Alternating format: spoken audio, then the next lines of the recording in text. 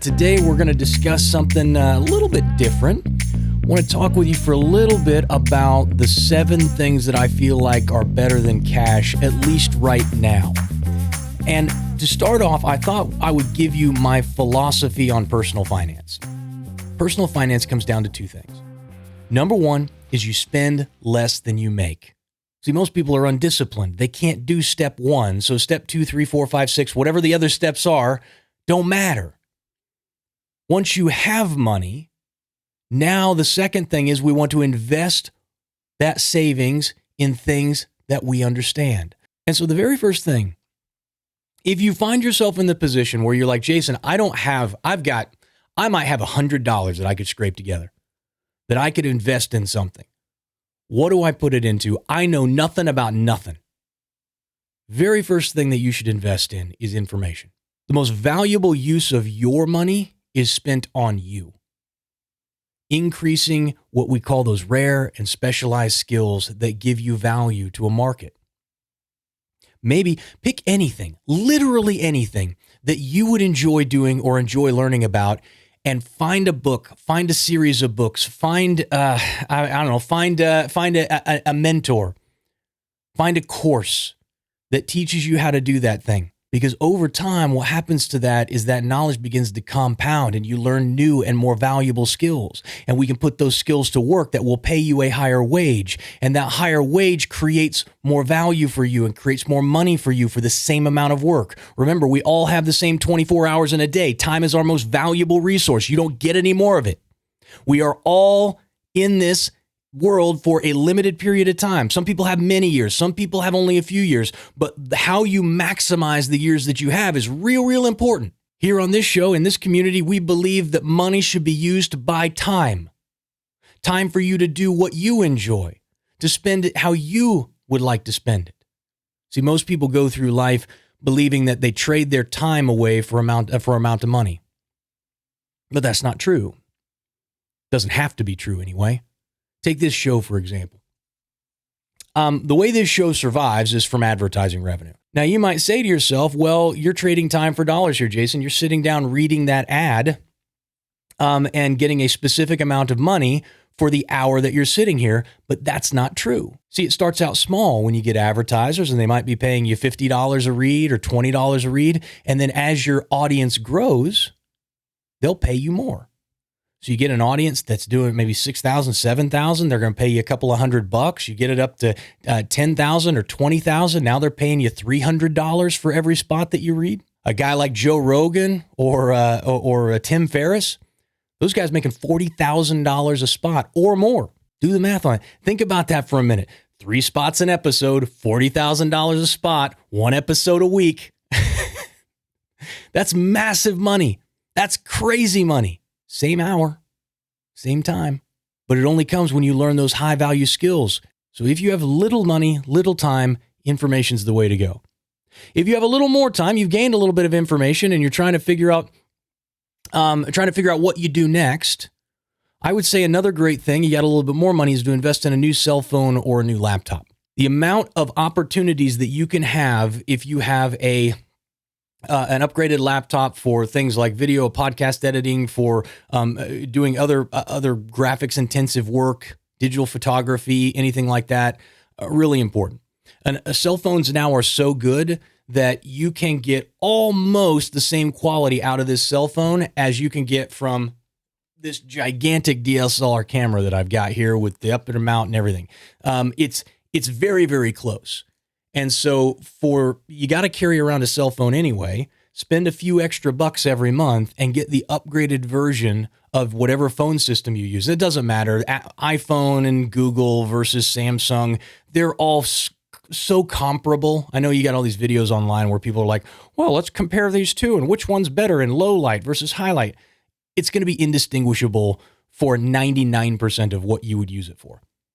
But just being able to do things like work on social media and kind of build your brand and share your brand, to create relationship and to build community around what it is that you're doing, to create tribe, all that stuff. This cell phone is maybe the most important tool for doing that. And secondly is a new laptop. Never before Have you been able to operate an entire business from a laptop and a cell phone, from virtually anywhere in the world? And you can do that now because we've had a flattening of our economies due to the internet.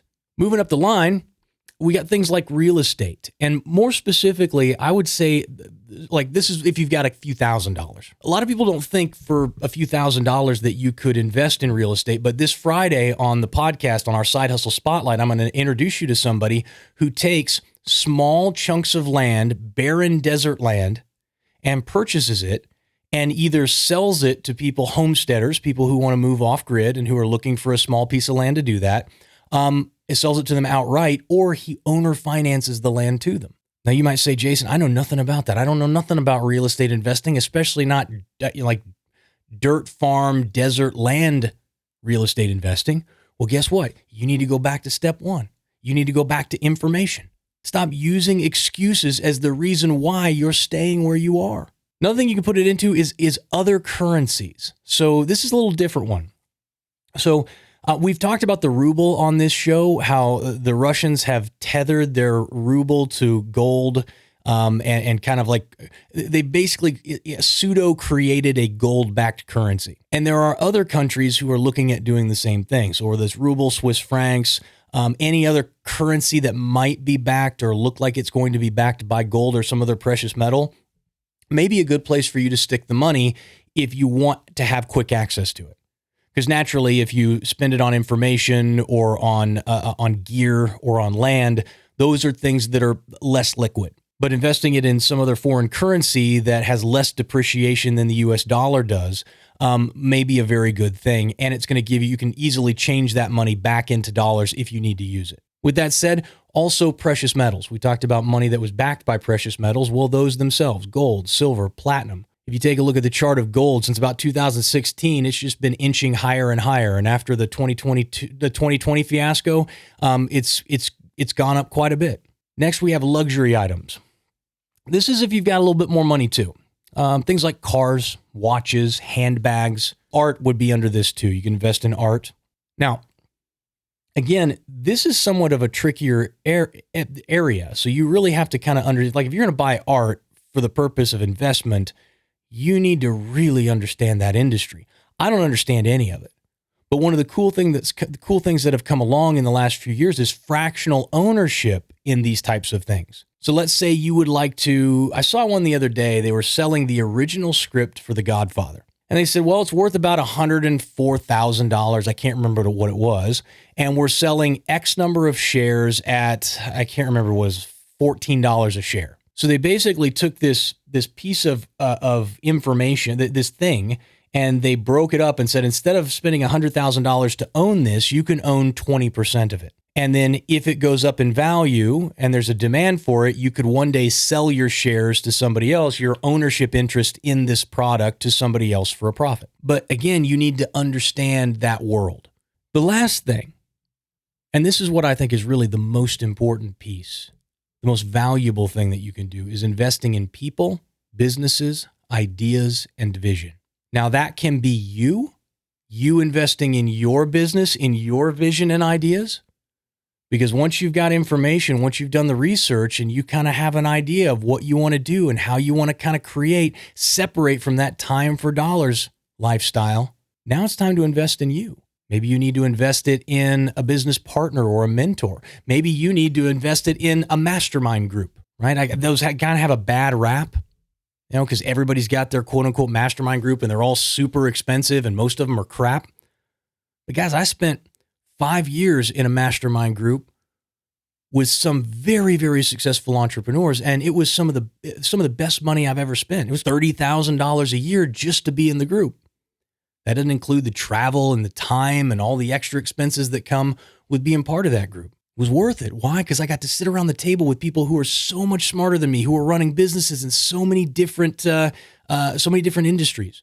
I cannot express to you how incredibly valuable it is to be able to sit in a room with people who have been doing this longer and who are way smarter than I am. Building the team of people who will support you. I've talked about this with some of my clients. It's like, listen, you are not going to succeed in a vacuum. You are not going to get where you want to go without help. And the great thing is there's a lot of people in this world. There's a lot of success in this world that is begging to be tapped. All you have to do is be willing to ask. I want you to go find the most successful person you know and ask them if you can take them to lunch. Ask them if you can buy them coffee. Say, hey, you've been really successful in your life. I'm doing something a little different than you, but I really just want your opinion on what I'm doing. I want you to maybe show me the gaps. What am I not thinking about? What am I not planning for? Will you let me buy you a cup of coffee? I have never had anyone say no to me, ever, because they're dying. They've been successful. Nobody asks them. Wherever you are today, I want you to start first spending less than you make, and second, investing in things that you understand. And those are the 7 things that I think are the most beneficial for you today to start building the kind of like real wealth, real time freedom, real opportunity, autonomy that we talk about on this show.